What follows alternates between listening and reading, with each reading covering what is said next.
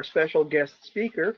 And before we get started with that, I wanted to hand things over to Janet Whaley, who is going to tell everyone here a little bit about the fundraiser we've got going online. Janet? Thank you, Nick. For those of you that have not seen the email on this yet that was sent out, probably about 2 weeks ago, we have a wonderful donor who has given us 3 signed, numbered, framed, matted and framed pieces of artwork. They're very large format art pieces by 3 different artists, John Duillo, G. Harvey, and a very rare piece from Don Troiani called The Last Salute, which portrays Chamberlain and Gordon at Appomattox. That one in particular is very hard to find. It's only available on the secondary market now. So because we got this great donation and because we can't gather together at our meetings to do an art auction live, we have set up a lovely art auction online website. And that was sent to all of our members about 2 weeks ago. The auction is open through December 13th at 12 noon Eastern Standard Time, which is 9 a.m. for us.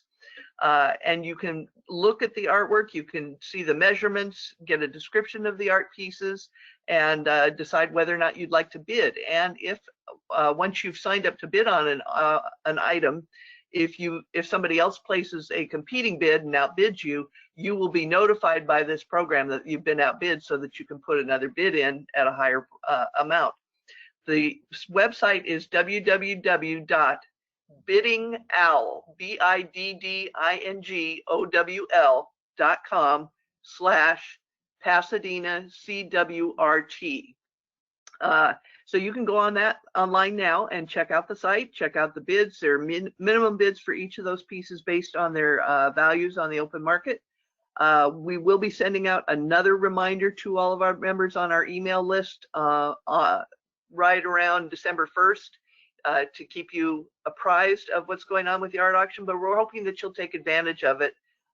This art auction will benefit battlefield preservation. So your donation over and above the retail value of the artwork is deductible as a charitable contribution because we are a 501c3 organization.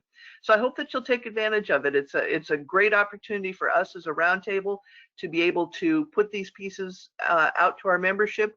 We've also gotten national coverage through the Civil War Roundtable Congress. So there are national bidders bidding on these who are going to pay for the shipping if they happen to win the prize, the piece. And we hope that you'll take advantage of it to help support battlefield preservation. Thanks, Nick.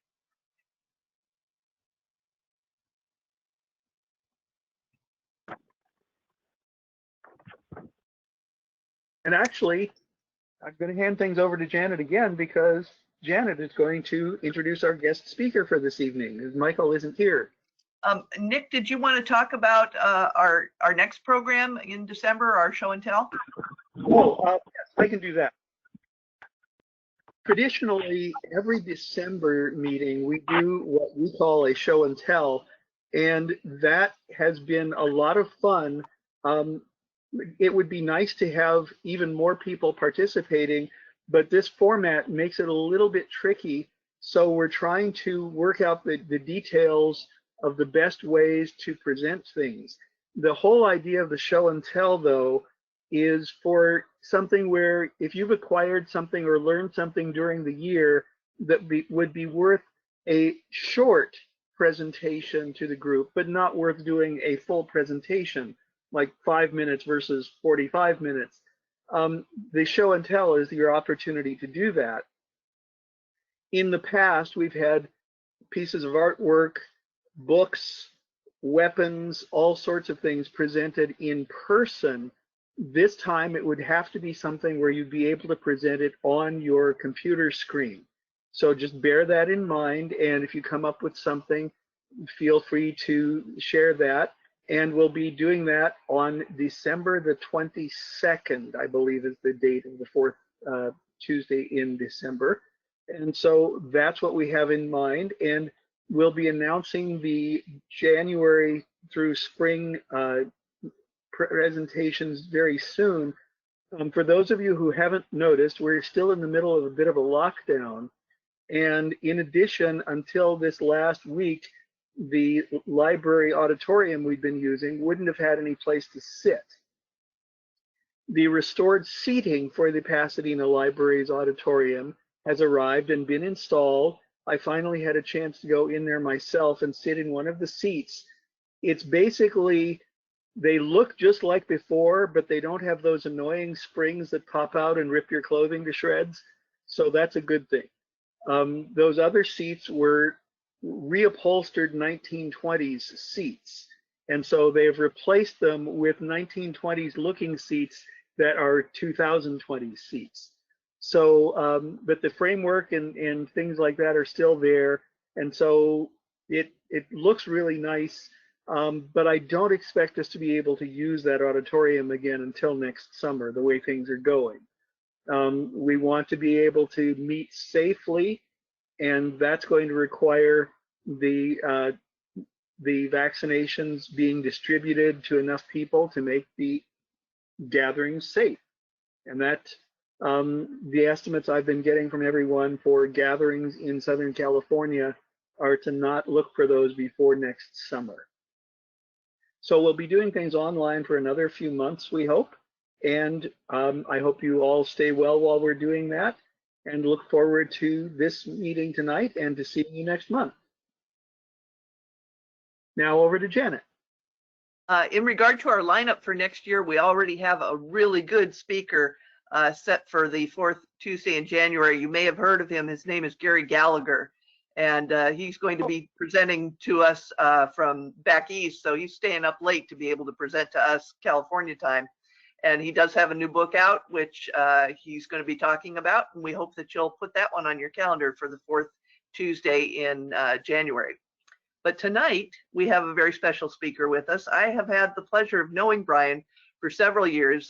We served together to staff the Drum Barracks Civil War Museum booth at the Civil War reenactment in Huntington Beach, and we got to know each other for that. And he told me about his interests, and I thought that that would be a perfect program for our Civil War Roundtable. So I'm thrilled that he's going to be with us tonight for this.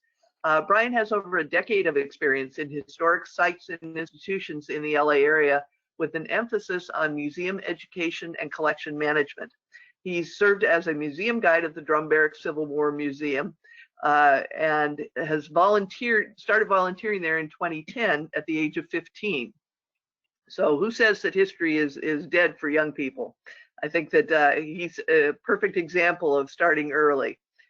He also has worked for the City of Los Angeles Department of Recreation and Parks at the Drum Barracks Museum to educate the general public on LA's Civil War past through tours, exhibits, and lectures.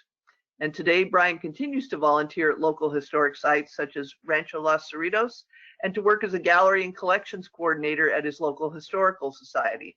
He received his AA in history from Long Beach City College, a BA in history from the University of California at Los Angeles, and he's currently completing an MA in history with an emphasis on early Mexican-American communities in the borderlands of the American Southwest from Cal State University, Long Beach. So I am thrilled to have Brian Chavez with us tonight, and I hope you enjoy his program. Thank you. So is that my go ahead? You're on, Brian. Okay. Thank you so much. That's a wonderful introduction. Hello, everybody. My name is Brian Chavez. I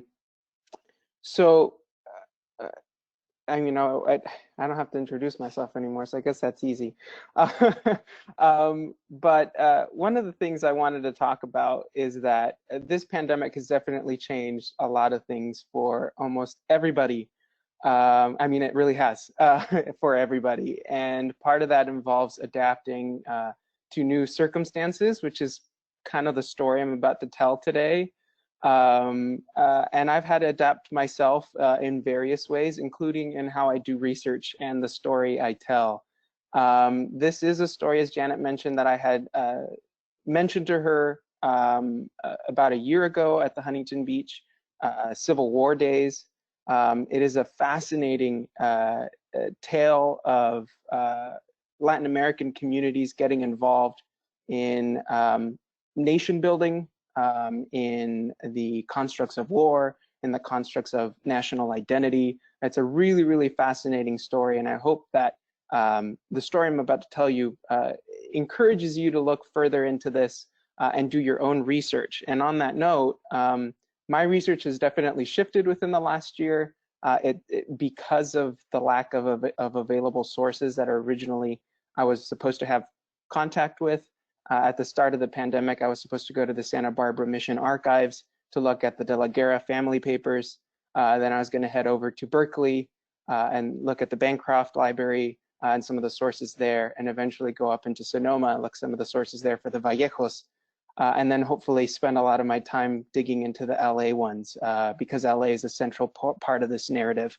Unfortunately, the pandemic has halted a lot of that research, and I've had to reshift a lot of that because the thesis still has to continue. I'm still in school, and I want to get out of school. Not that I don't love it, but I want to move on.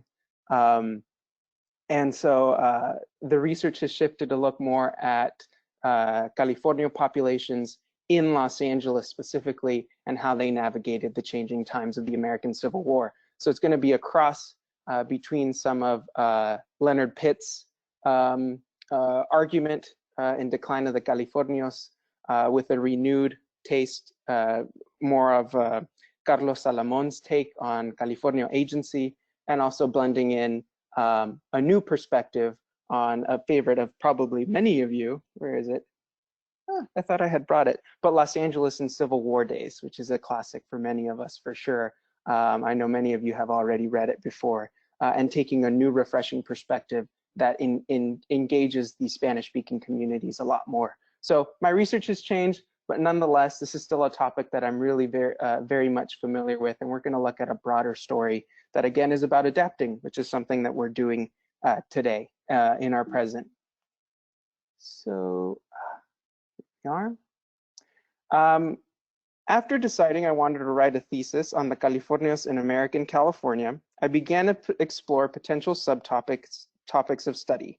In the process, I was led to a unique historical situation.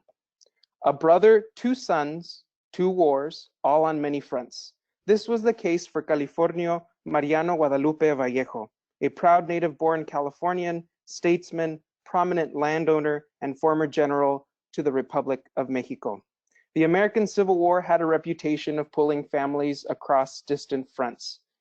For Mariano and his family, this reality was no different, but the story was quite unique. In the Southwest, Mariano's younger brother, Jose Manuel Salvador Vallejo, a former captain in the Mexican Army, now served as commanding major of the First Battalion of the Native California Cavalry, a Union Army battalion comprised primarily of Mexican Americans and Native Americans. In the Atlantic East, Mariano's son, Platon Vallejo, served as a Union Army surgeon near Washington, D.C. And south of the US-Mexico border, Mariano's younger son, Vladislao Vallejo, fought with Benito Juarez and his rebels against French-controlled Mexico.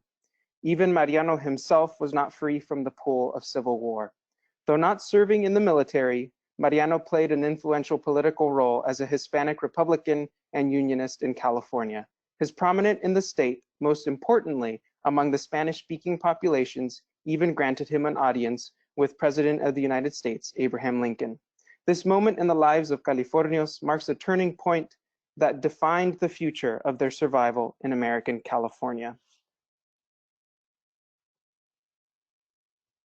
So this historiography, so I had that interesting story come up in my early preliminary research. And in order to for me to write something new, I needed to obviously understand what was already there. And what historians are really, there's a lot of historiographic trends that I was looking at. And one of the most important ones is the Grand Reconstruction narrative, which also blends into borderlands theoretical framework. And that's, borderlands itself is an older term that essentially says there are these competing groups in contested lands, in contested territories, in contested borders.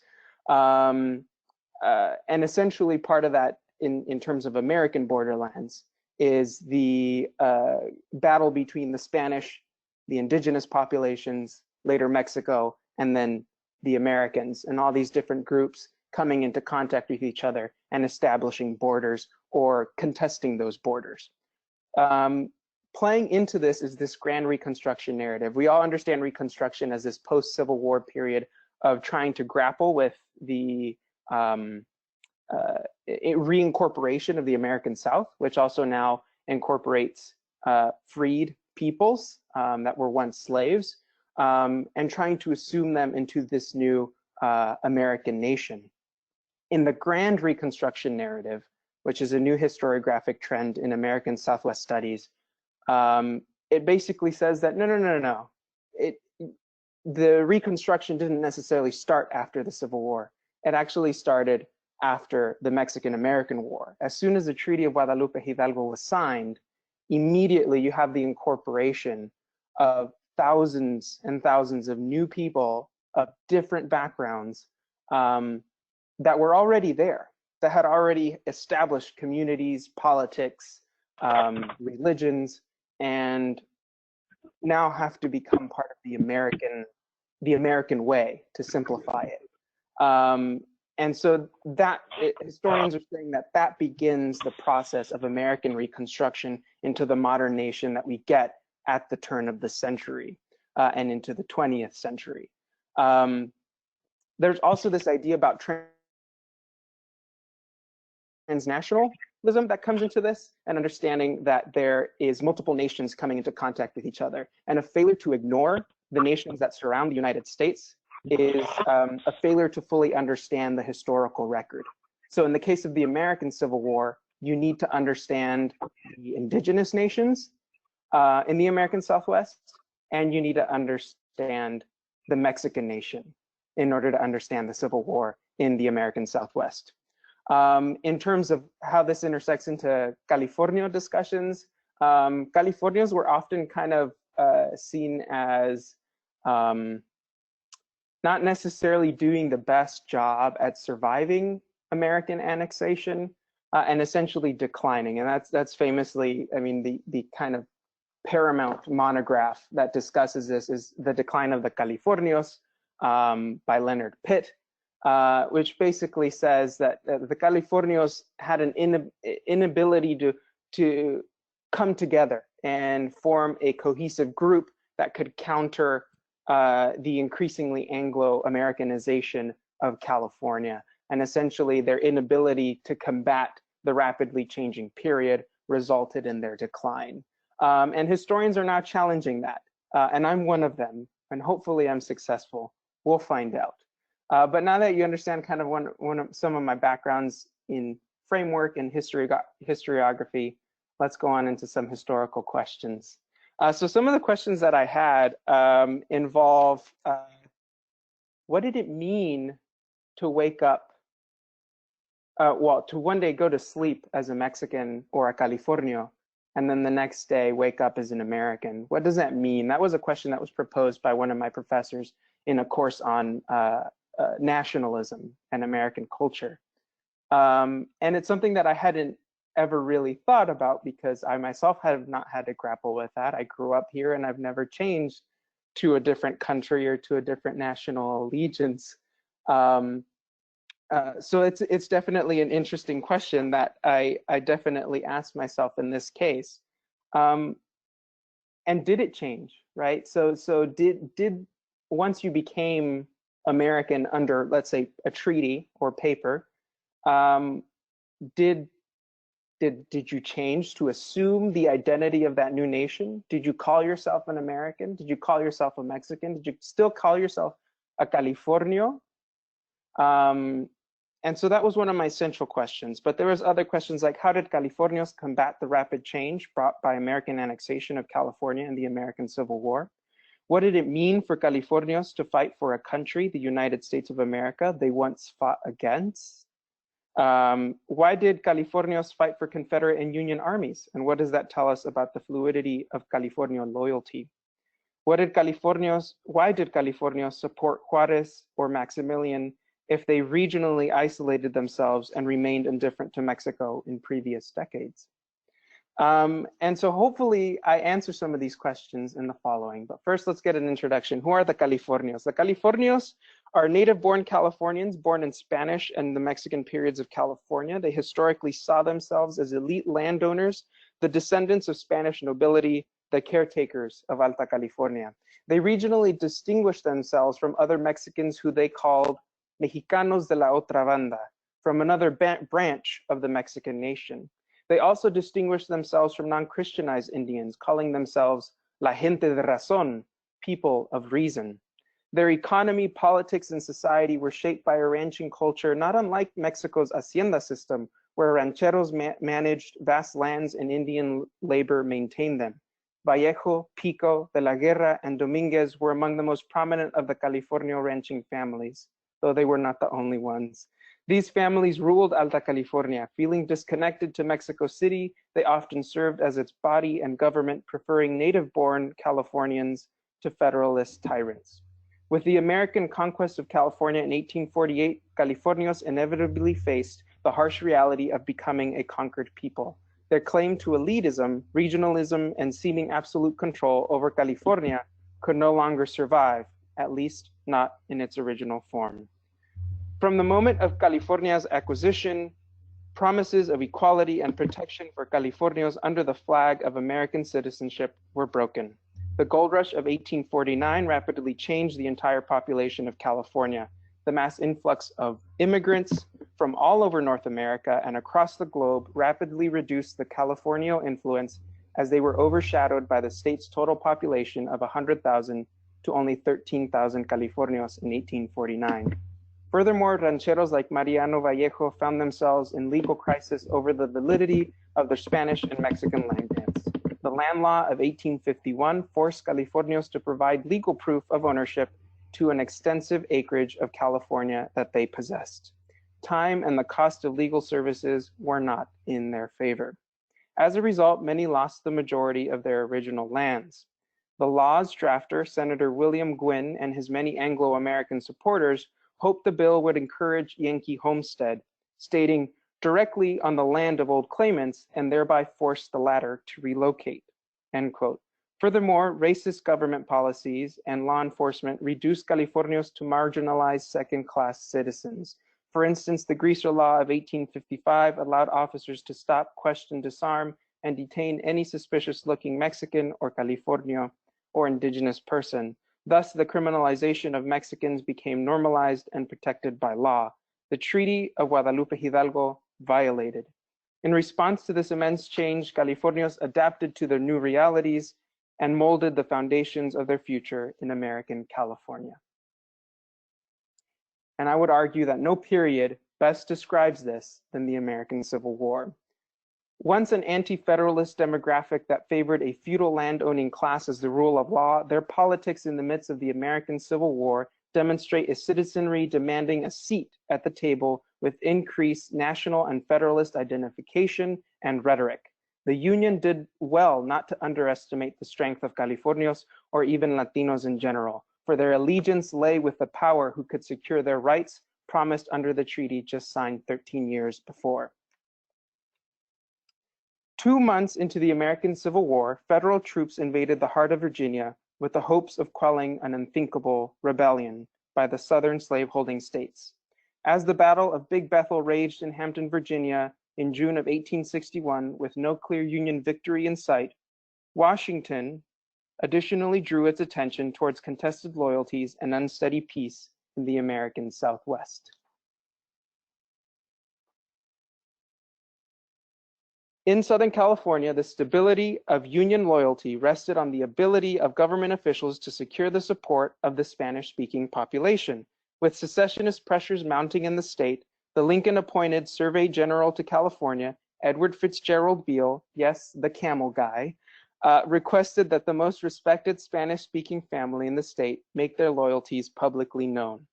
Beale's letter to the patriarchs of the family, Andres and Pio Pico, stressed an urgency to clarify the existing doubts over their positions to maintain the present federal government of the United States at all hazards or favor the secession of this state. In response to Beale's request, the Picos pledged their full support to the Union. Unionists and government officials alike took a deep sigh upon hearing this response. For the moment, California was secured. And I will mention that it wasn't always secured. There was always a constant threat that at any point, the loyalty of the Spanish-speaking populations could at any point turn. And it was very, very important for the Union that they secure those loyalties. Why the Survey General was requested, I don't really understand why he was the one requested to ask the Picos this question. I would argue that the Survey General himself was encouraged by his own personal motivation, understanding the importance of securing California in the Union, but also he had a lot of territory that he owned, and he had friends that owned territory, especially in Southern California, where there was the most amount of secessionist kind of feelings. So he even at one point, when the military was deciding to move Fort Tejon to Los Angeles, or everything that Fort Tejon encompassed, the men and the supplies, the camels included, to Los Angeles, the Survey General encouraged against it, fearing that removal of the soldiers from Fort Tejon would then give way to indigenous populations occupying the region, and a region which he had property, and so did many of his friends. So it's a very interesting circumstance. So I'm not necessarily sure if it was Union loyalty or his desire to secure the land in the area. Eventually, we understand that Fort Tejon was decommissioned and later recommissioned during the war. So they did not listen to him. But nonetheless, his asking of the Picos is really important, and here's why. Led by prominent Californio Andrés Pico, the Pico Act of 1859 demonstrates a point in which elite Californios formed an alliance with the slavery faction of the Democratic Party, the Chivalry, in order to divide the state of California into two and form a Californio pro-slavery Democrat-controlled territory of Colorado. The territory was to assume a portion of the Arizona Territory and southern half of California. This moment must be understood as one in which Californians were not necessarily supporting the extension of slavery, but rather their survival in some ways depended on it. Various implications drove Californians to this alliance and desire for state division. Among them, the California Gold Rush, increased immigration, the Land Law of 1851, and the Greaser Law of 1855. These implications posed a threat to elite Californios' ability to secure hegemony over California. Therefore, the Chivalry, or Chiv Alliance, and the success of the Pico Act were vital to securing political hegemony over a portion of the state. The vast majority of the California population lived in the lower region of the state, pushed out by the mining populations and squatters of the growing north, and politically overshadowed by the larger non-Hispanic population in the north as well. Furthermore, Southern California remained predominantly a Spanish-speaking region, a space where Hispanic language and culture could retain its strength. Through success of the Pico Act, the Californios believed they could secure the control they lost over California in the population boom of the 1849 gold rush and subsequent marginalization. Scholar Daniel Lynch, in his examination of the Chiv California alliance, notes the inherent irony of it all. He demonstrates the unique contradiction that Chiv leaders were responsible for the costly effects to Californios for the land laws, anti-Mexican legislation, and overall racism. Further still, Andrés Pico was himself of African descent, yet his party supported the enslavement of Africans. Even in Pico's day, this alliance was not free from criticism. After racist pro-chivalry remarks were uttered in the San Francisco Herald calling Californios a disgraced race and difficult to distinguish between Indians and the Black race, California political activist Francisco P. Ramirez did not hold back his criticisms. Ramirez called out the ironic Chiv California alliance by stating, "After so many insults and affronts, one still sees the sad spectacle of Hispanic Americans supporting the slavery party with their votes." He and many other Californios understood the contradictory racial implication of supporting the Democratic Party. Instead, he called for and helped form self-built Latino communities that called out the injustices they faced. And I'll touch more on him in a bit. The Picos Act passage by the California legislature was overshadowed by the highly contested election of 1860. Lincoln's victory resulted with the secession of South Carolina on December 20th of 1860 and led to the eventual secession of more southern slaveholding states. The chivalry presence in Los Angeles and the high number of pro-chivalry Californios in Southern California place heightened suspicion on the historically separatist region. Right as the first shots of the war were fired, Brigadier General Edwin V. Sumner, in command of the Department of the Pacific, reported on Southern California stating, "There is more danger of disaffection at this place than in any other in the state." There were fears among politicians and military officials on the Unionist loyalty in Southern California from not only pro-chivalry Californios, but the loyalty of Latinos as a whole, for they comprise the majority of the region's population. Following the historiographic trends of borderlands studies of the American Civil War and the Southwest and Greater Reconstruction narrative, I affirm that not only did the United States have to consider navigating the divisive politics of California, but it too had to negotiate with its demographics if the state was to remain in the Union. From the election of 1860 to the close of the Civil War, California's continuity within the Union was not once fully guaranteed. Secession remained a consistent threat, often associated to the historically regionalist, anti-federalist Californios. In the midst of rising civil strife in the spring of 1861, Los Angeles Army Captain and Assistant Quartermaster, who you might be familiar with, Winfield Scott Hancock, warned the Department of the Pacific, when once a revolution commences, the masses of the native population will act, and they are worthy of a good deal of consideration. If they act, it will most likely be against the government. In the Hispanic eras of California, the Californios felt disconnected to Mexico City. They often served as California's body and government, preferring native-born Californians to Federalist tyrants. Hancock knew well that any attempt to limit their control of the region often accompanied civil war. Now, they had good reason to fear these people. They were a very, very powerful group. They were able to mobilize people, especially in terms of politics, able to mobilize even Mexican immigrants that then became citizens to vote for the Democratic Party. And often there's controversy about the 1850s, the elections that occurred in the 1850s, about Democrats getting indigenous and Mexican peoples who did not have the right to vote to get away with voting in favor of gifts or bribes, rather.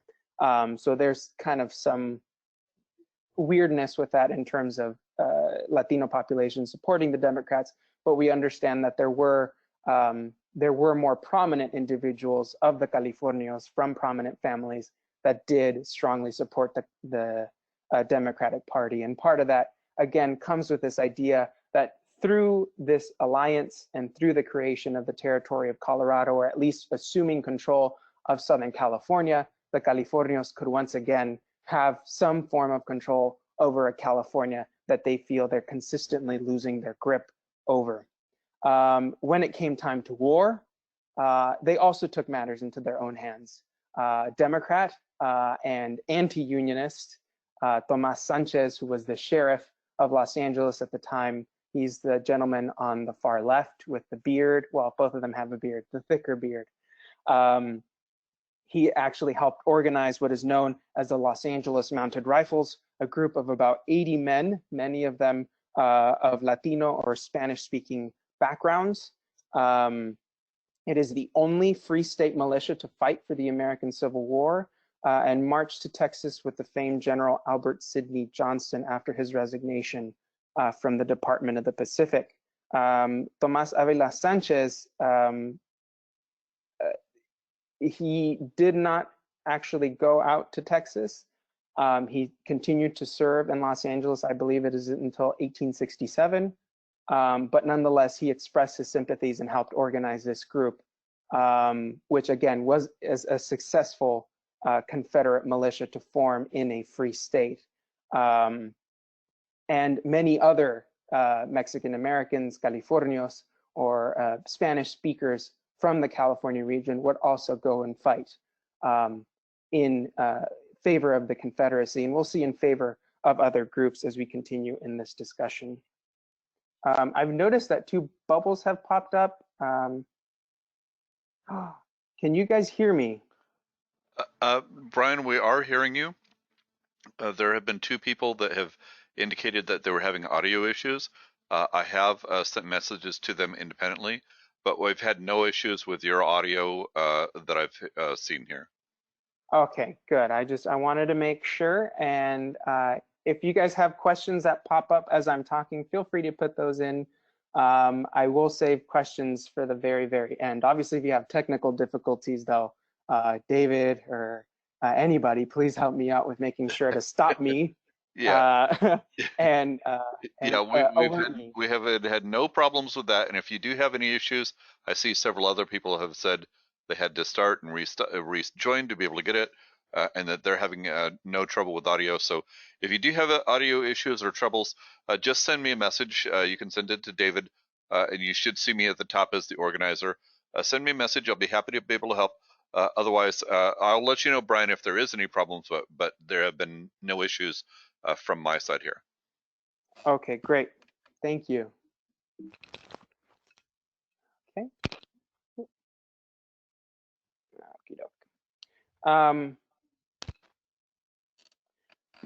So, one more, sorry. No, it is this one, forgive me. The importance of the Picos affirmation that they were supporting the Union, I cannot begin to express it enough. This was a family that was highly revered, not only among Californio populations, but also among people who were associated with the Mexican nation or were directly from Mexico. They saw these men as leaders of the Spanish-speaking community in California. And so their expression of Unionist support, even though one was a Republican and then the other was a hardcore Shiv Democrat who supported the separation of California, not necessarily from the Union, but again, separating in half to form the territory of Colorado. Nonetheless, it speaks volumes, and the Spanish-speaking population would listen. The vast majority of the Spanish-speaking population did support the Union. Andres Picos stated, "I elected to become a member of the Confederation, adopting the citizenship of the same, of which I am proud. That although my political opinions as previously expressed have differed from those of the Republican Party, these considerations cease in the face of the attack made against the federal government. And unconditionally and at all hazards, I am for the Union entire, to maintain which I would cheerfully offer as a soldier my sword and as a citizen my fortune." Pio Pico would respond, "My acts and my vote placed in the ballot box in favor of the worthy President of the United States are faithful testimonials of my political opinions. To these I have now to add that although I lament the disturbances occasioned by the southern states, I approve the energetic measures adopted by the government for the preservation at all costs of the Constitution and the Union entire. The support of one of the most powerful Spanish-speaking families in the American Southwest no doubt helped secure the loyalty of many native Californians and Latinos in the state. But as stated once before, loyalty was never fully guaranteed." This section, I'm going to talk a little bit more about that borderlands understanding and how this wasn't just a war between the Union and the Confederacy. In fact, this was a war between various groups. The First Battalion of the Native California Cavalry was among the most influential of the predominantly Latino battalions to serve in the Southwest during the Civil War. Originally supposedly supposed to be commanded by Don Andres Pico as the major, but he declined due to health. Recruitment began in 1863, around the middle of the war, and was finished off by 1864, and they served well into 1866. It comprised of 4 companies, with the drum barracks as one of the main headquarters. And if you've never been to the drum barracks, I'm always going to put this in any talk I give, go to the drum barracks. It is my home away from home and an incredible place to learn about Civil War history in Los Angeles. The majority of the actions that these men of the First Battalion of the Native California Cavalry would see was in Arizona, and it wasn't necessarily against Confederate populations. In fact, the majority of these men saw their service in controlling the indigenous populations, including the Apache, most importantly, the Apache in the Arizona Territory. In some instances, they would come across other peoples, whether it be indigenous, or in some instances, very interesting instances, the imperial forces from Mexico. Cavalrymen like Juan de la Guerra, oh, and by the way, Salvador Vallejo ended up becoming the commanding major. He's the gentleman with the cane that you see there below General Mariano Vallejo. And as you could see, the family is in 4 different places, which I had shown you this graphic earlier in my talk. And again, it goes to show that this was a war on many fronts, and that involved many nations and many peoples, especially when you're referring to the American Southwest. You see Uladislao there is in Mexico, Californian, but nonetheless fighting in favor of Juarez. Cavalrymen like Juan de la Guerra took pride in their service in the First Battalion. De la Guerra proudly recalled how he thought he had the finest cavalry outfit in the whole world. Probably did. Such horses we had. His military service in the war years became deeply rooted in who he was. After the war, he, among other members of the 1st Battalion, joined the Grand Army of the Republic, a veterans association for Union soldiers. The Grand Army of the Republic, or GAR, not only served to preserve the fraternal bonds of war, but also to promote nationalist loyalty. Among the most important pillars of GAR ideology, loyalty. It is described in the GAR Blue Book as an effort to maintain true allegiance to the United States of America based upon a paramount respect and fidelity to its constitutions and laws, to discountenance whatever tends to weaken loyalty, incites to insurrection, treason, or rebellion, or in any manner impairs the efficiency and permanency of our free institutions, and to encourage the spread of universal liberty, equal rights, and justice to all men. Juan de la Guerra's military service and the post-war participation in the GAR expressed ideas of loyalty and nationalism towards the United States, a departure from the previous California perceptions of anti-American and anti-federalist sentiments. De la Guerra came from one of the most powerful and prominent of the California families, and nearly all of his family members participated in the Union cause in one capacity or another. Tom Przeleski, who wrote, where is it? I brought it with me. If you've never read this book, California Lancers, I highly recommend it. He writes, Mexican Americans were no longer merely a conquered people, but a constituency who demanded a seat at the table as fellow Americans. Furthermore, the 1st Battalion saw service in Mexico, fighting against Maximilian's raiding forces along the border. Historians Bautista and Przeleski repeatedly stress a relation between military service for American nationalism and military service for Mexican nationalism. Loyalties for both the United States and Juarista forces in Mexico were deeply connected to the lives of these men. For the Vallejos, this connection hit close to home. Salvador Vallejo served as commander to the battalion, while at the same time his nephew Uladislao fought with Juarista rebel forces in Mexico. California's many Spanish newspapers, of which produced in large participation by Californios, captured the flight of Mexican Californios and immigrants to fight in Mexico. La Voz de Mexico, which is the newspaper, reported, many of our fellow countrymen have gone back to take part in defense of our homeland. End quote. Sentiments like these reconnected the people of Mexican descent, like Californios, to the concept of a Mexican homeland.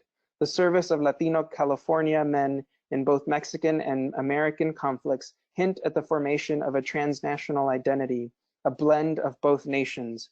Furthermore, the shared experience of marginalization and two wars brought Californios and Mexicans in California closer together in the formation of Mexican-American communities. As I have noted, the United States was not the only North American country at war fighting for its identity in the 1860s.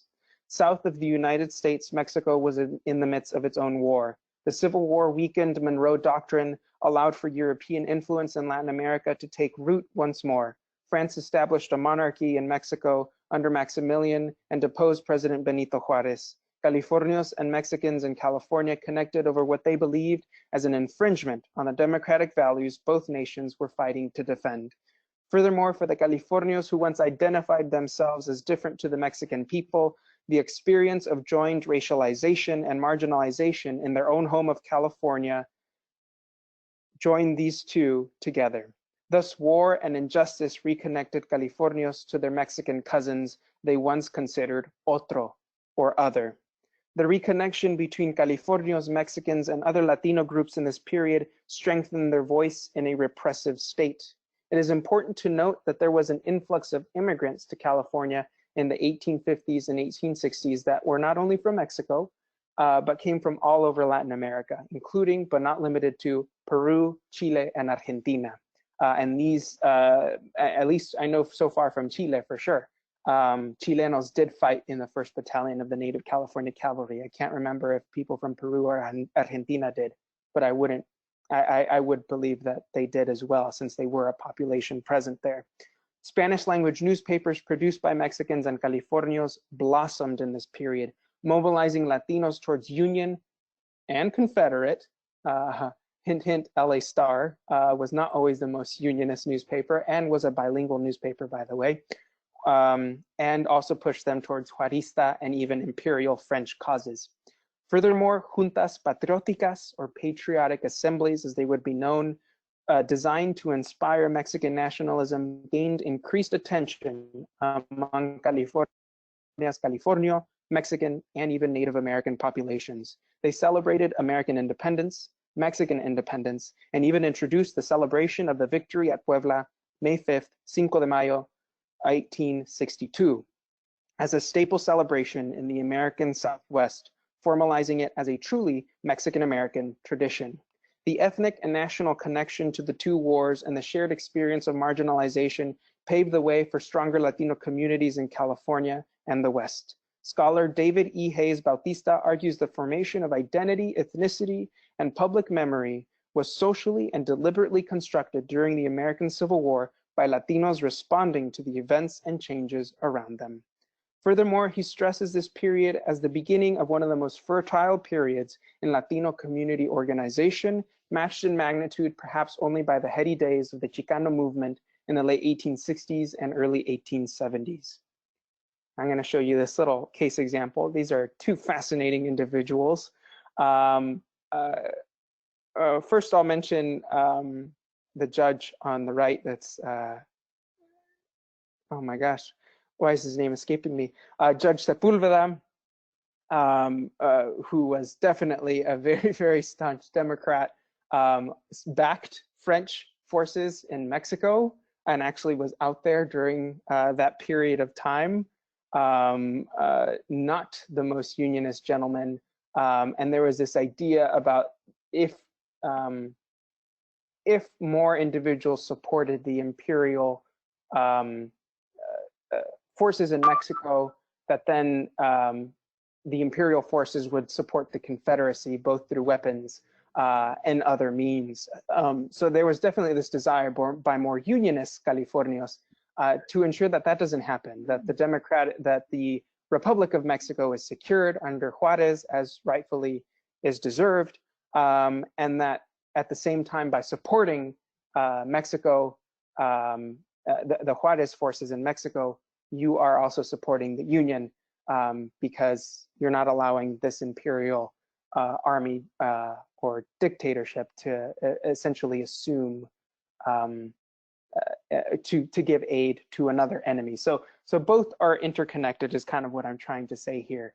And Judge Sepulveda is kind of an exception in terms of what the other Californios were doing during this time period. other Californians were really trying to unite the Spanish-speaking populations under the cause of fighting for freedom and fighting for the liberty that they were guaranteed under the Treaty of Guadalupe Hidalgo. And no man, I feel, did it more than Francisco P. Ramirez, who's a very, very prominent politician and a journalist of the time period. He wrote El Clamor Público, which is a very famous newspaper of the 1850s, and continued to write into the 1860s and afterwards. But he states in this quote that you see above, "We are convinced that California is lost to all Hispanic Americans. Only Mexicans alone have been sacrificed on gallows raised to launch their poor souls into eternity. Is this the liberty and equality of the country we have adopted?"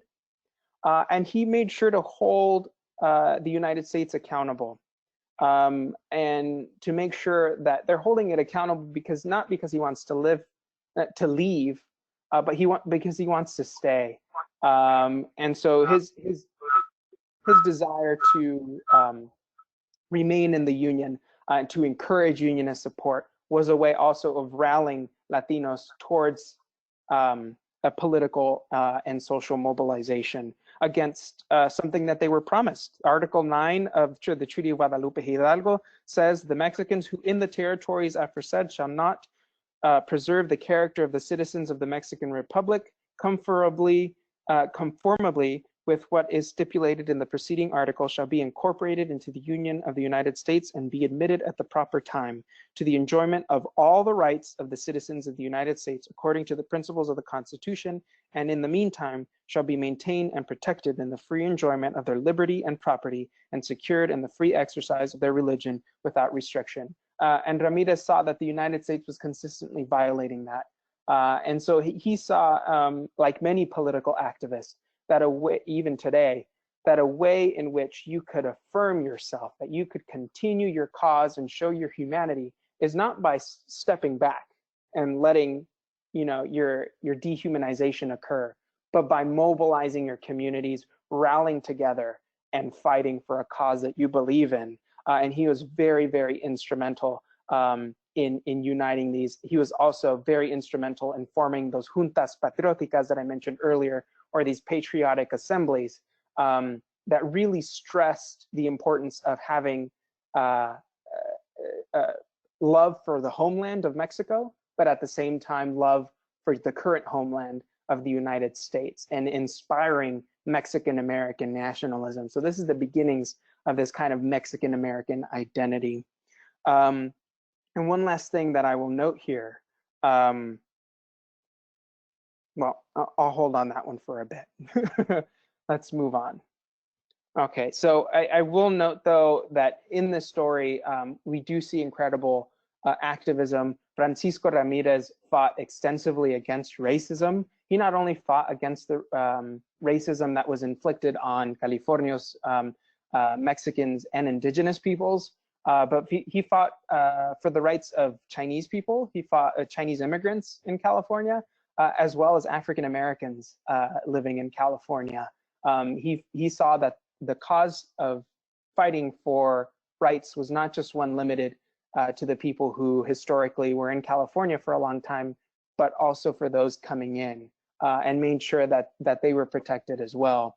But we understand that in that case, he was affirming something that was a little bit radical for the time. So I will note that he was a little bit more radical than other Californios. And I mean that this borderless wars also notes that central to this is this idea that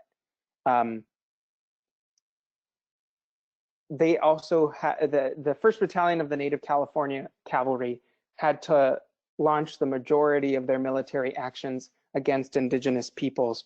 And it was a destructive action in many circumstances.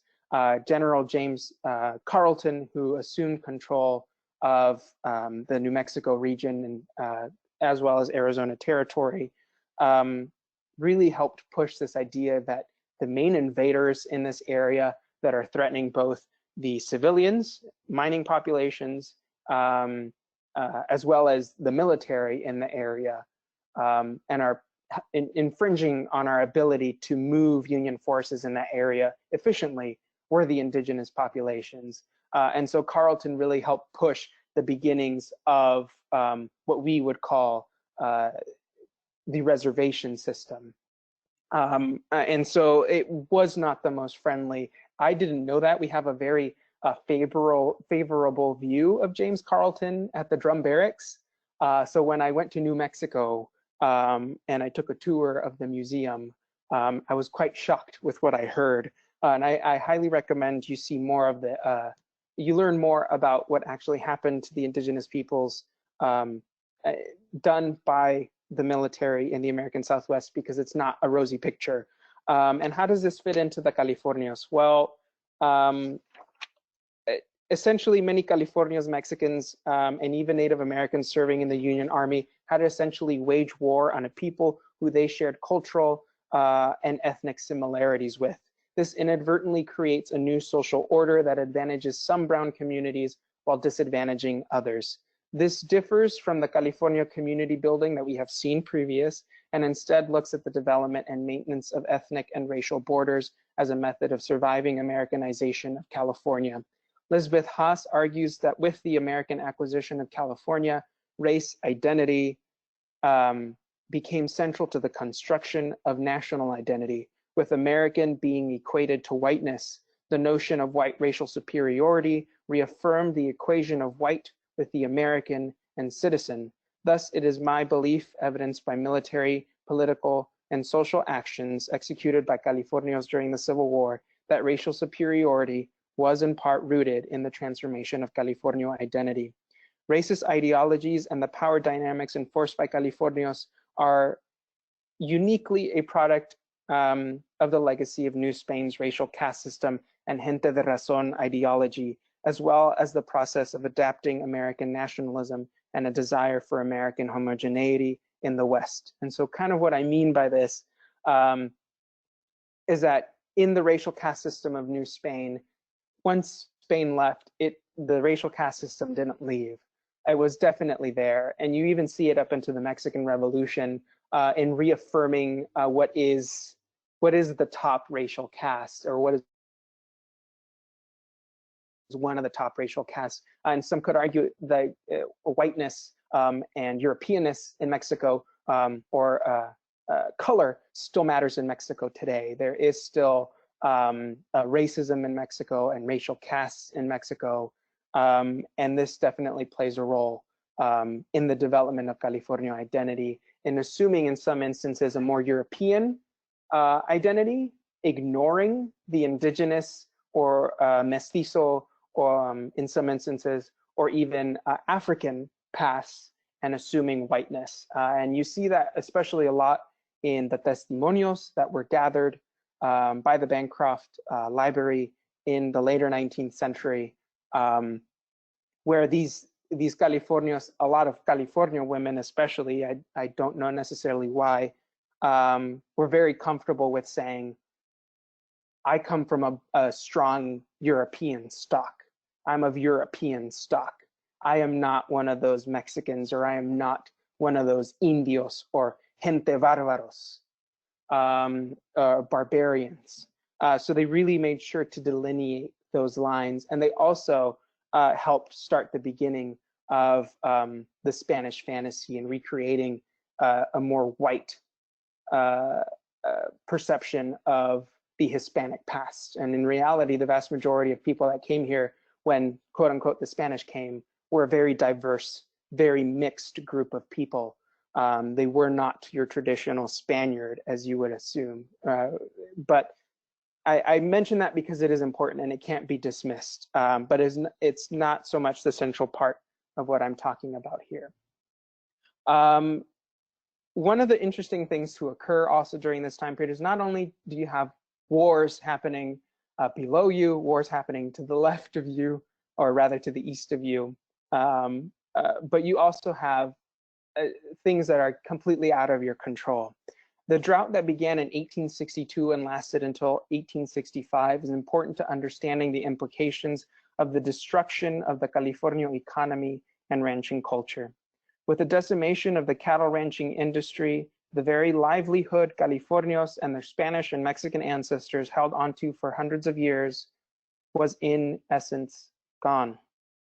What is a vaquero without his vacas? That was one of my first historical questions. What is a ranchero without his rancho? Another one of my historical questions, which I'm still working on.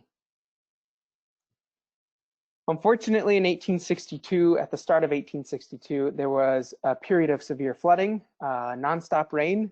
It did kill a bunch of the livestock in California. It also affected the way the military operated in California, believe it or not. Actually, the push to build the drum barracks was kind of motivated by the rains that occurred in early 1862. Camp Latham was just a tent city at the time. And with the increased rains, there was this desire to really build a more permanent military structure that could, survive the conditions. And we eventually get with the 59.4 acres of land that construct the approximately 22 buildings that formed the drum barracks by 1864 and 1865, with the quartermaster's depot being built in 1862, so that year. But immediately after all this rain, then you move into a period of severe drought. And the estimates say that it goes until 1865, but more recent historians have said it probably went into 1867, as we still see lasting effects from our bigger drought that we had in the last decade, still kind of happening now, and we're going into another period of drought today. But I'll read you these quotes just so you get an understanding of what was happening. And it was happening all over California, as you see by, I have two in two different areas. We have had no rain yet. There is no grass and the cattle are very poor.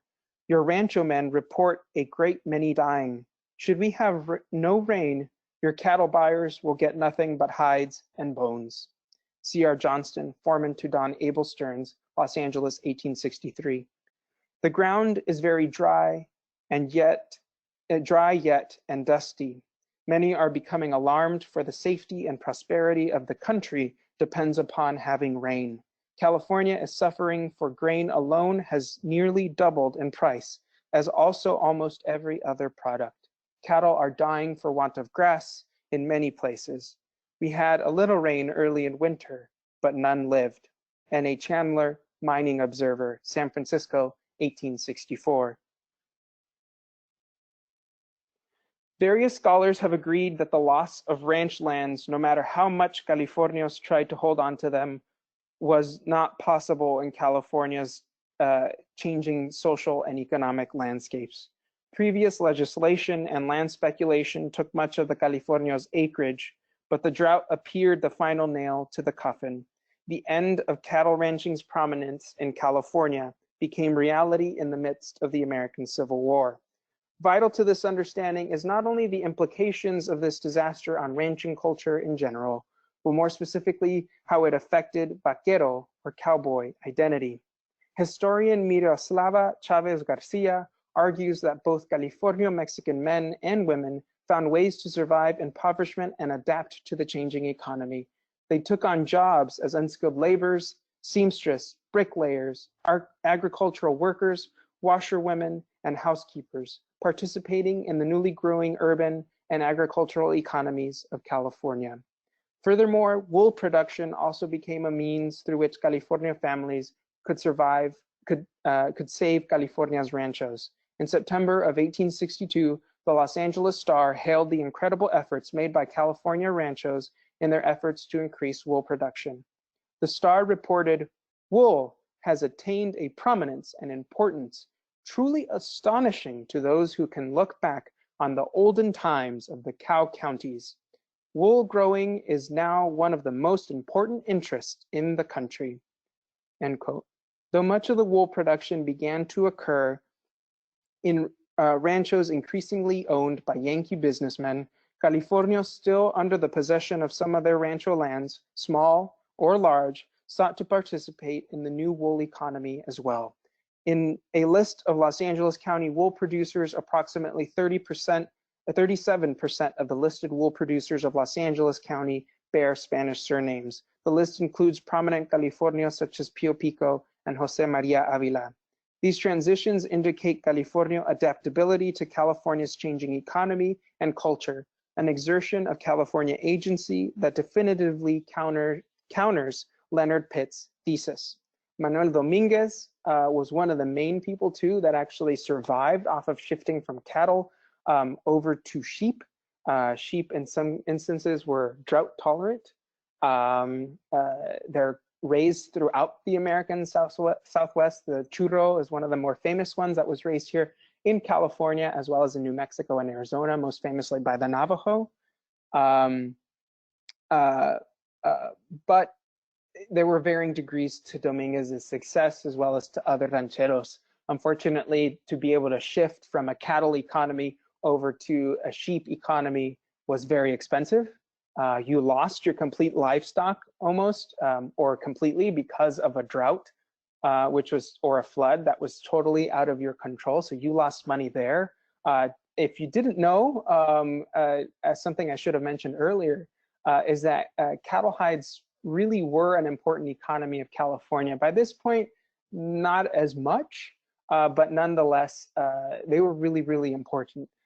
They were at one point known as California banknotes because of the extensive use in a trade and barter system, using them almost like money with incoming ships and exchanging for processed goods. But they also sold the tallow from the cattle. And then as we move into the gold rush period and the American acquisition of California, the Californios started sending the cattle north and using the cattle not only for the tallow and the hides, but using them also for the meat, which were once, the population of the Los Angeles basin in 1860 was about 11,000 people. The population of the Los Angeles Pueblo was about 4,000. And there were more cattle. So there weren't enough people to eat that amount of meat. It was a lot of meat and it would just be thrown into pits. But now with the mass influx of people coming into the north of the state, driving the cattle north and selling the meat was another revenue source for these ranching families, whether Californio or other. But now all that's gone. So sheep was one of the ways to accommodate. And as I mentioned before, Mariaslava Chavez Garcia also notes that they really accommodated themselves to the newly growing urban and agricultural economies of California and took up new jobs that were offered by the new American economy. So they reshifted.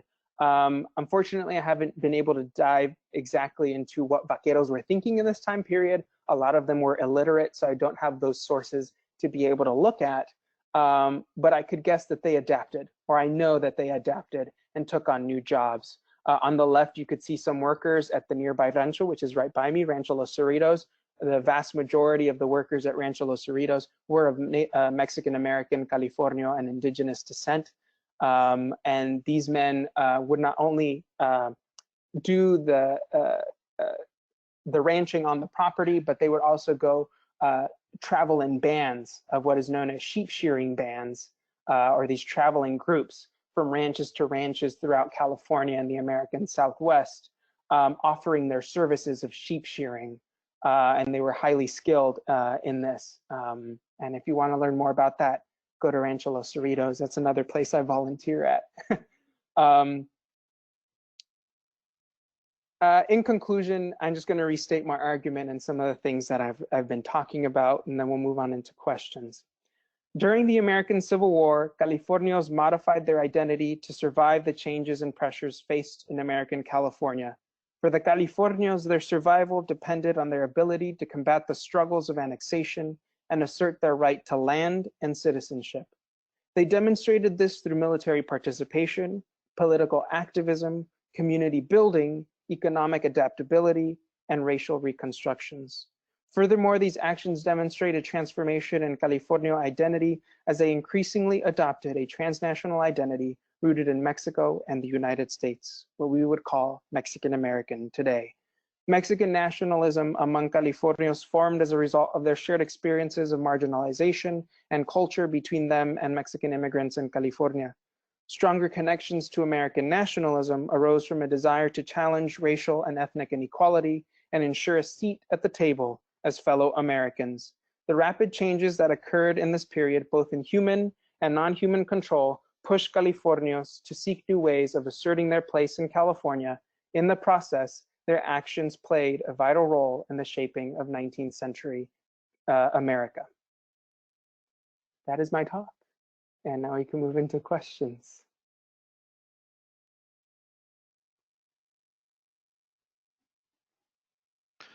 Okay, Brian, I do see one comment or question coming in the chat area in there. I would actually ask if anybody does have a question, you can unmute yourself and you can actually just pose the question verbally to Brian directly, or that you can type into the chat area. So the one comment that we have in there right now, and it comes from Robert Crook. Thanks for an extraordinary lecture, Brian. Going back to what you mentioned before, why do the proponents of the Grand Reconstruction narrative deem the Treaty of Guadalupe Hidalgo as the start of Reconstruction, as opposed to the Louisiana Purchase, an earlier event that included the incorporation of French and Spanish nationals? Many of the problems and issues experienced by Californios bear similarities with these people living in Louisiana Territory. Well, it's just like. Oh. Can you hear me? Yes, we can hear you. There is some crosstalk. I would ask if you are not speaking or asking a question, if you could just mute yourself. I will mute the stray audio coming in, but yes, we can hear you, Brian. Okay. I want to make sure that I say everything right. Okay.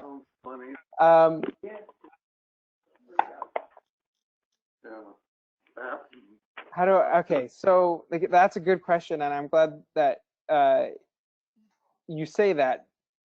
In terms of the Louisiana Purchase, one of the things that, I mean, the historians that I looked at, which is Elliot West, Daniel Lynch, I forgot his first name, but Masick.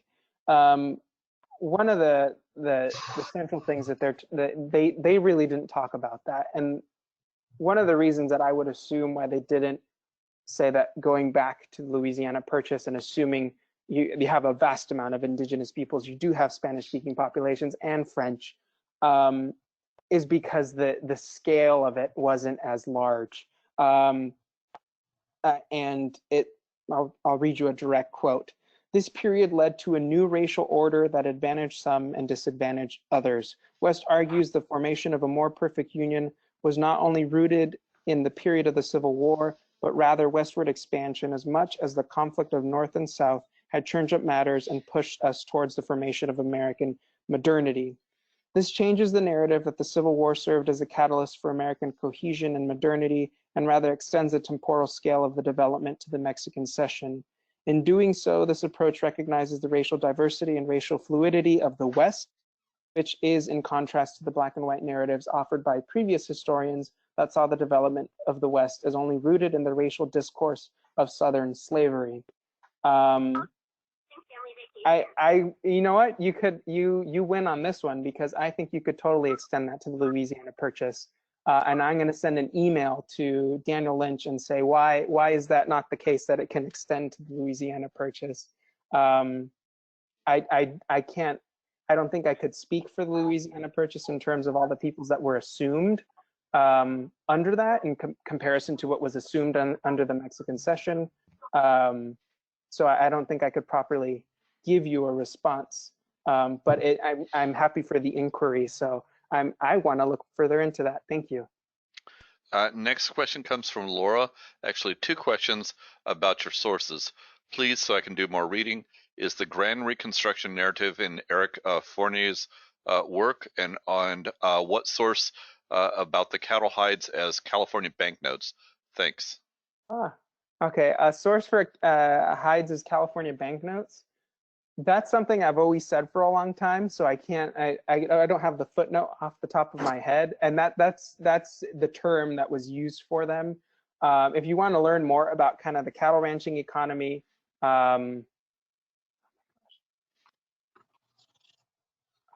it's on the tip of my tongue. I could also send out a bibliography, but Decline of the Californios is one of the main ones that gives you really an introduction into who these people were, even though I'm challenging some of the arguments that are made in it. In general, it is an excellent read and really gives you a perspective of who these people were. So that's a good intro. I want to say Cattle on a Thousand Hills. I might be totally wrong, but that's the one that pops to mind. But really, any reading on the California cattle ranching industry, that will usually pop up. The California banknotes saying. The other question in there was regarding the Grand Reconstruction narrative. Is that from Eric Foner's work, or where did that come from? Was the other question with that? Yes, Eric Foner is an excellent historian, but no, the Greater Reconstruction really comes out of Elliot West, or at least that's who I looked at in order to get an understanding of it, and then historian Daniel Lynch, who wrote an excellent dissertation on Californio, on the Californio Shiv Alliance, and kind of what that meant to them. So I would look at, again, Elliot West, Reconstructing Race, and then Daniel Lynch's dissertation, Southern California Chivalry, the Convergence of Southerners and Californios in the Far Southwest, 1846 to 1866. And that was the UCLA dissertation from 2018. And then Reconstructing Race was in Western Historical Quarterly, spring 2003. The next question is from Janet, and was asking, who is the woman pictured in your last slide? You know what? I'm so glad you mentioned that, Janet, because I was supposed to talk about her, and I completely blanked out. It's Arcadia Bandini. So originally, in my original thesis, I wanted to really stray away from telling the traditional male elite centered narrative to really try to tell one that is more inclusive of all the peoples that were participating in this process, and include women too, that there is an aspect of gender that is really important here. And I was really inspired by Chavez Garcia's Negotiating Conquest, which is an excellent book about women in California. But Arcadia Bandini is probably the most successful woman of the California women in the American period. She was quite the entrepreneur, did well at managing the rancho. And this was a situation that many women had to face. When their husbands died or their husbands weren't around, they basically had to assume possession of their ranchos. And unfortunately, I don't think I've done sufficient research into this. And part of that involved me going into the archives, which are unfortunately closed. But nonetheless, I still wanted to make the point that women like her, again, were accommodating to this new situation where, in Arcadia's case, marrying a Yankee gentleman, and then now taking his role, right, his position, and having quite a substantial prominence in places, in major cities like Santa Barbara, Los Angeles, Monterrey, and even in some cases, San Francisco, and in terms of social and political conversations that are taking place. So women are also taking a seat at the table, and that's kind of my reason for having her in there. And they also had to deal with the situation of the drought. So they had to navigate all this. It wasn't just a male-centered job. Next question comes from Chris, asking, Brian, can you address Los Angeles being a hotbed of pro-Southern sentiment and the role that the press played in this endeavor? Yeah, so if you ever take a tour with me at the drum barracks, you know, it's one of my favorite things to talk about. There's several things that are connected to this. As I mentioned in the talk, Californios were losing their lands in the north. People like Vallejo were seeing squatters on their property, especially in mining regions, and they had to challenge that. And most often, again, the land laws didn't always necessarily protect the Californios as was promised. And so a lot of them ended up moving south. There was a lot larger Spanish-speaking population. I always refer to give you an understanding of what Los Angeles was like at the start of the Civil War. I always say it looks more like a sleepy pueblo in northern Mexico than it does anything an American city or ideas of an American city. It's primarily constructed of adobe, lead tiled roofs, or just wooden roofs, or even in some cases thatch roofs. So it's not the American modern city that we see in occurring in an industrial nation during this time period. So we have the Spanish population, right? The Spanish-speaking population that's there. They see that Northern California is benefiting primarily from the tax revenue. All the citizens in places like San Francisco are benefiting off of the state of California's wealth. It's one of the largest economies in the world, actually the 5th largest economy in the world. Gold really thrust it forward. And it wasn't just the gold itself, it was all the business, the capitalism that happens around that really helped boost California's wealth. And the Californians are like, well, we're not benefiting off of any of this. And so that's where you kind of get the PICO Act and this desire of wanting to reaffirm control of California, even if it's just the southern half. And so necessary to that was this SHIV, very, very hardcore pro-slavery alliance with the Democratic Party, or the SHIV faction of the Democratic Party. And that's more the California aspect. Or the Spanish-speaking population, because there were Mexicans and indigenous peoples that spoke Spanish that supported the Democrats. Again, in some instances, more sketchy reasons why they supported them, but I think you could see reasons for them supporting it.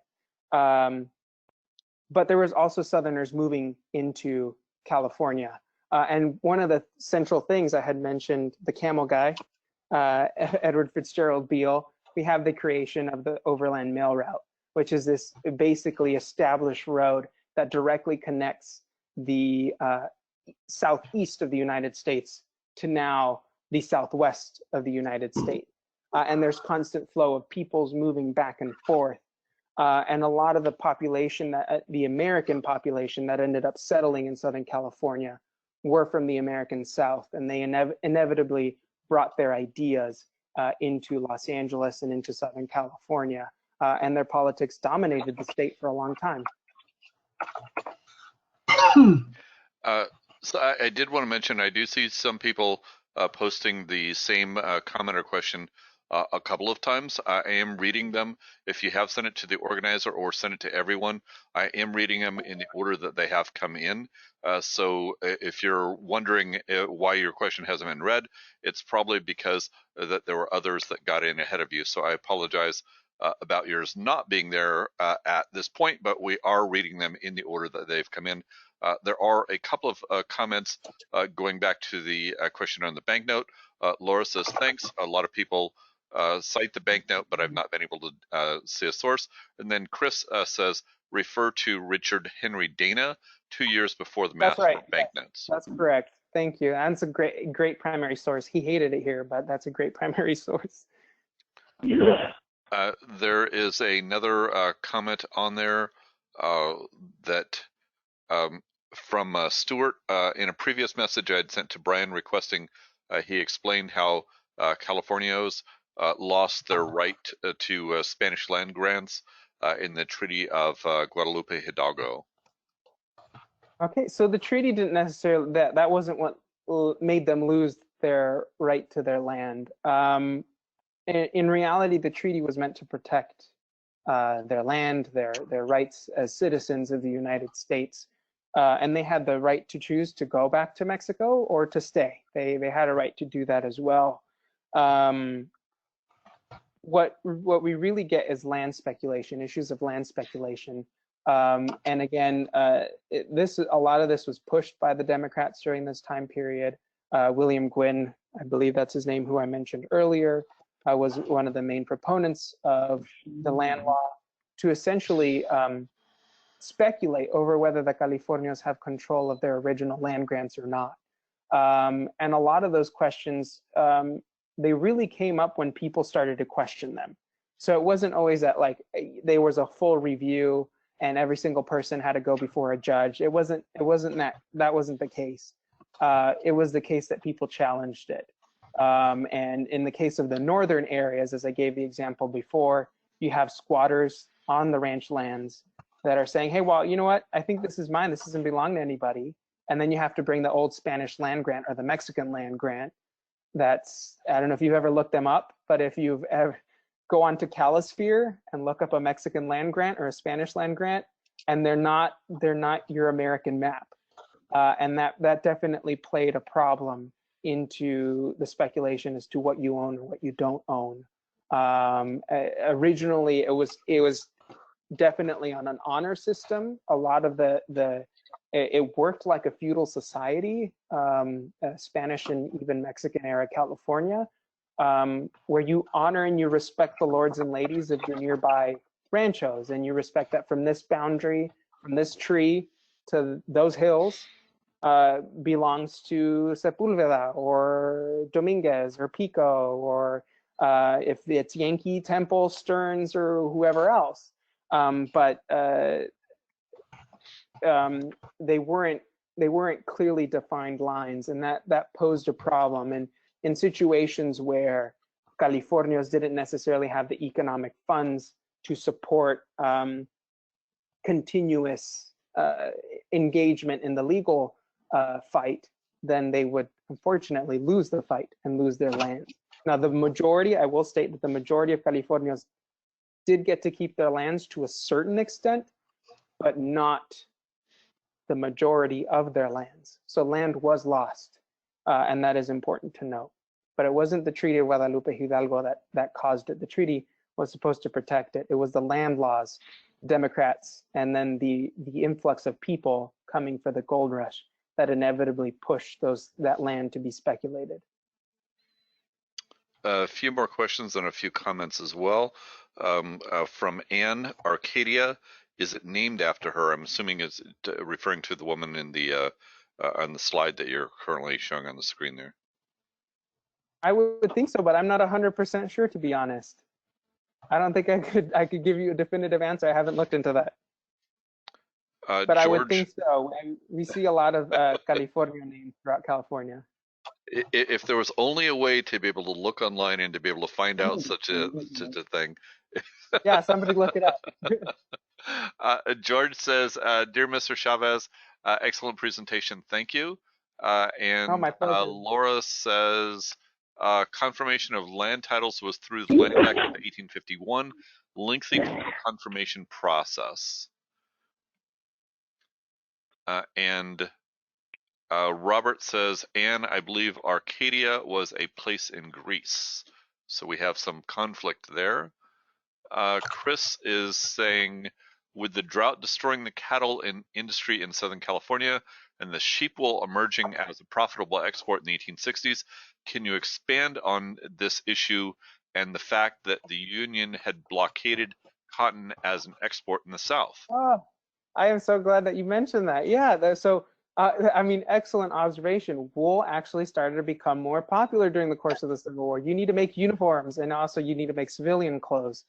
So wool production definitely increased during the Civil War as a result of the inability to get a lot of cotton like you originally had access to prior to the Civil War.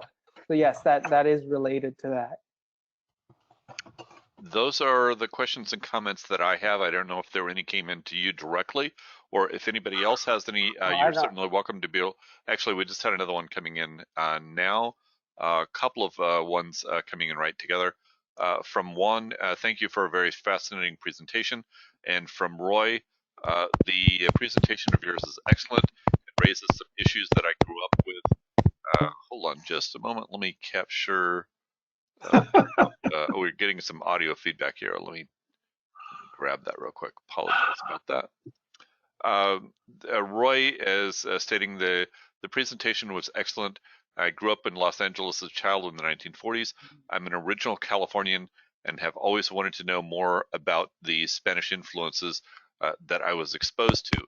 I grew up in Westchester, Joe, I see your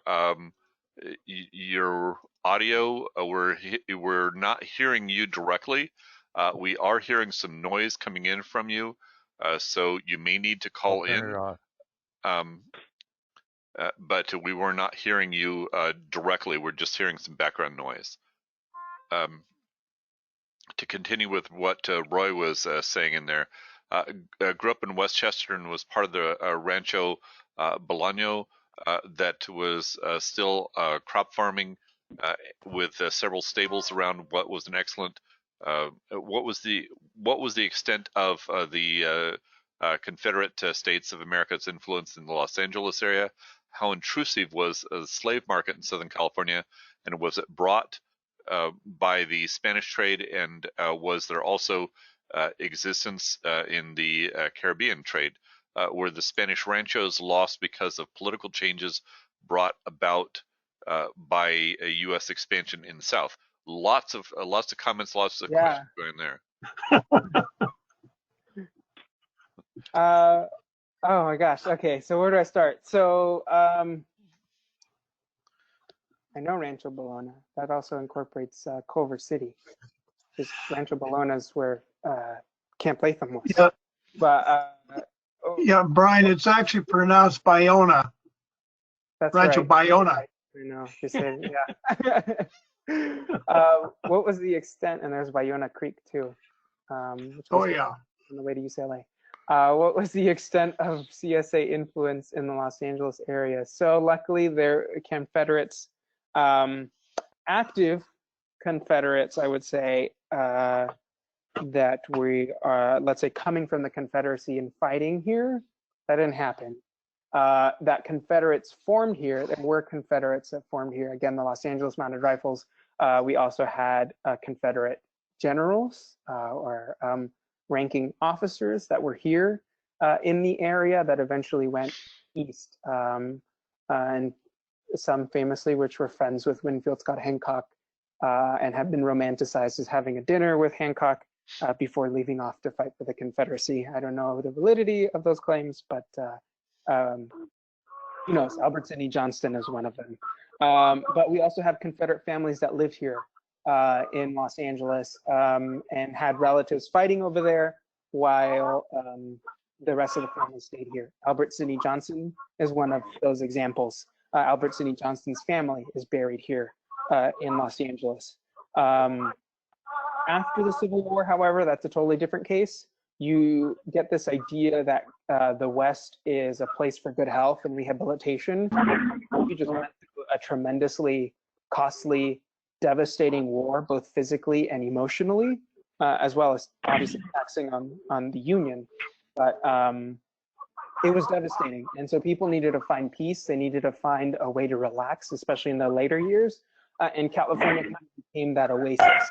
And that was kind of also the push for Soldiers Home, or Sawtelle, as some of you might know, in Santa Monica area, or the Brentwood area by UCLA.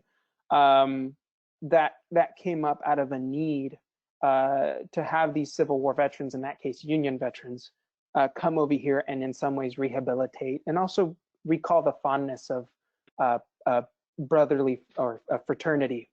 And we also, as equally as we had Union soldiers come over here, we had Confederate soldiers, and you get those cases all over California, especially in Orange County. And that's why we also have, well, I don't know so much anymore, but there used to be Confederate memorials in Los Angeles as well, because there was a Confederate population that came here after the Civil War. So how intrusive was the slave market in Southern California? Was it brought to Mexico and Southern California by the Spanish trade that was also existent in the Caribbean trade? Okay, so there's a lot there. So the majority of the slavery that occurred here in the Spanish colonial period was indigenous slavery. It was a part of the mission system, and then eventually the ranchos as well. The ranchos, it was a little bit different, but along a similar line of kind of you work for an individual And in return, that individual will take care of you, is kind of the promise. Not necessarily for monetary gain, but that the individual will take care of you, similar to the hacienda system that we have in Mexico up until the turn of the century that leads to the Mexican Revolution. Slavery was outlawed by the Mexican state. The Californios promised to ensure that indigenous peoples got their land back, but we understand that that didn't fully happen, and that in some ways the legacy of Spanish colonialism continued. But it's important to also understand that these individuals were very diverse, as I mentioned before. They came from African backgrounds. Picos is an excellent, the Pico family is an excellent example. They were Spanish, indigenous, and African. So they came from all over. And that also shows the diversity of New Spain. New Spain was a very, very diverse empire of very diverse peoples, languages, cultures, and colors of skin. So there was this idea, which I mentioned in the aspect where you have the brown other kind of hinging on the brown other and saying, well, in order for me to assert myself, I have to put you down.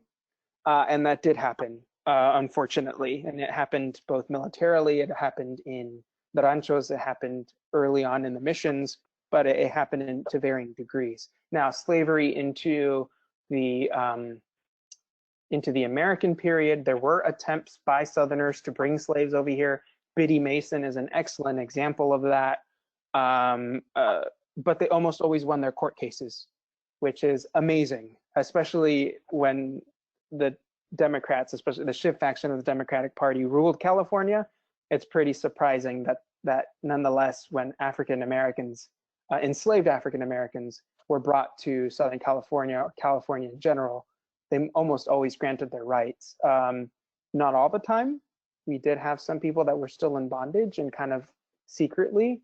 And some of that slavery also existed amongst Union officers in Arizona and the New Mexico territory. We see that not only enslavement of Black individuals, but the enslavement of indigenous peoples. And that also happened here in California during the American period. And the greaser laws kind of allowed people to do that, where these men would be essentially imprisoned for seeming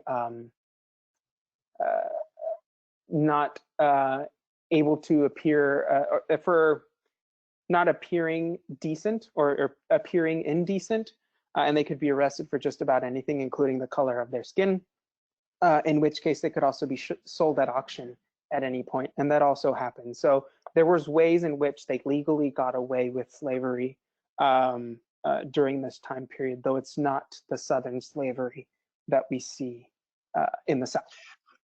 Yeah, and then yes. Yeah, I want to say this. I've been doing a lot of research on my wife's side of the family. She had several Confederate Army personnel that were in Alabama as well as Arkansas. Interestingly enough, she's also Choctaw, Cherokee, and Creek. And I discovered the Choctaws also had Black slaves quite extensively, even during the period of time prior to 1838, 39, when they were moved out by the 1835 Relocation Act that President Jackson had signed. And there's a number of them that also were had the slaves until after the proclamation was filed, and eventually they were on their own, not quite sure what they were going to do now that they were freed from the land. But I was going to say that even in my dad's family, going way back, we have at least 4 relatives who were bonded to the plantations for a period of time because they stole stuff, a loaf of bread or whatever. King George I was in a big hurry to get rid of all the violators of the law. And that's how they ended up both here in the colonies as well as in Australia. So Yeah, this whole thing is really a big issue. Yeah, yeah, and I will note that Mexican Americans also own slaves in the United States, Yeah, primarily between Arizona and Texas. But that did happen, especially in Texas. There were Tejanos, as they were known, yeah, um, that had slaves. Mhm. yeah. Well, these the Choctaws were in Indian territory, the Choctaw Nation, and they had slaves there as well. Yeah. Up until the proclamation of 1863, or four, I mean. But it's when I see what's going on today, I always have to reflect back to how different things were, and yet how little people have learned from these histories. They're so important. And what you are presenting here tonight is extremely important to me. And it's Oh, important to a lot of people. I really appreciate this. I'm kind of hoping that eventually you're going to end up going towards your doctorate in this area. well, And hopefully. the last point I'll make is that I know Victor Davis Hanson. I don't know if the rest of you know who he is, but fifth generation Swede living up in Selma, living in the same house, as a matter of fact. And as a child in the 1970s, early 70s, all of his neighbors were farmers, mostly fruit trees, vineyards, raisins, that sort of stuff. And they lost their farms, and the farms are actually bought back, and they're all owned by Mexican Americans. And he found that that's really very interesting, how they're repopulating and getting back to the way things were once upon a time. And they're a very important part of our economy. So, and that's something that he would tell you. Mhm. Wow. But Well, anyway, thank you so much. Yeah, and sure. I see a lot of you have given many thanks to me. Well, many thanks to you for letting me talk. It's been an absolute privilege, and it's been fun because again, I've reshifted the focus of my thesis a little bit. It's going to be a little bit more locally centered here in the Los Angeles basin compared to looking at larger California. And it's going to be looking at more specific families, so not as broad as originally intended. So it was nice to redo some of this research and re-look into this and tell a story. That's my favorite part. I always say that my favorite part about working in museums is telling stories and having an ability to have the art of storytelling, because Yeah. it's a fun engagement with others. And I Yeah. think I remember you from the Montebello Historical Society. Yeah. Brian, there was a family that owned a ranch. I knew of the Lopez family, and their ranch was actually in and around Bayona Creek, in the Culver City area and to the west of Culver City, almost all the way to. Wow. As a matter of fact, I was adjacent to the old Hughes Aircraft Company Oh, that's right. property Yeah. now. Yeah. Uh-huh. And eventually they ended up bringing all their goods, particularly corn and pumpkins and whatever, from Newhall. That's where they relocated, and that's where they did a lot of their farming for years. Oh, wow. Now, the farm is gone here locally. I don't know if they still exist in Newhall, but I'm sure you can find them, and I'm sure you can. They've been here many generations. I'm sure you can get a lot of information from them. Yeah. Yeah, I don't remember his first name. Mother and husband had several children and a very extensive family, but Lopez. You know what's funny is that one of the things that motivated me also to look into this is not only when my professor confronted us with the question, what does it mean to go to sleep one day a Mexican or Californio and then to wake up an American? But also I was at the Temple Homestead and I was taking a tour of the Casa Grande. And the person who was giving me the tour was a descendant of Workman Temple, and I was like, I had this moment. I didn't say it to her, but I was like, wow, you guys are still here. And so it had this, like, how cool, like that really counters this idea that these populations declined and just went away and never had a role in California ever again. Instead, it shows that they're still here. They're still actively participating in making California as much as anybody of us. Is the Dominguez family still who, the university was built, usually Dominguez Hills, on property that was part of their ranchero. Now, I don't know if the family's still here or not, but I'm not sure, but yeah. I'm pretty sure they are. Well, you got a lot of work to do to recover all this. Oh yeah, it is a big, yeah. And you're young enough to do it. Too. I'm waiting for the archives to open up. Yeah, I know. I'm waiting to get back to LDS so I can do more of my research. It's just, it's limited. You can only get so much off the internet.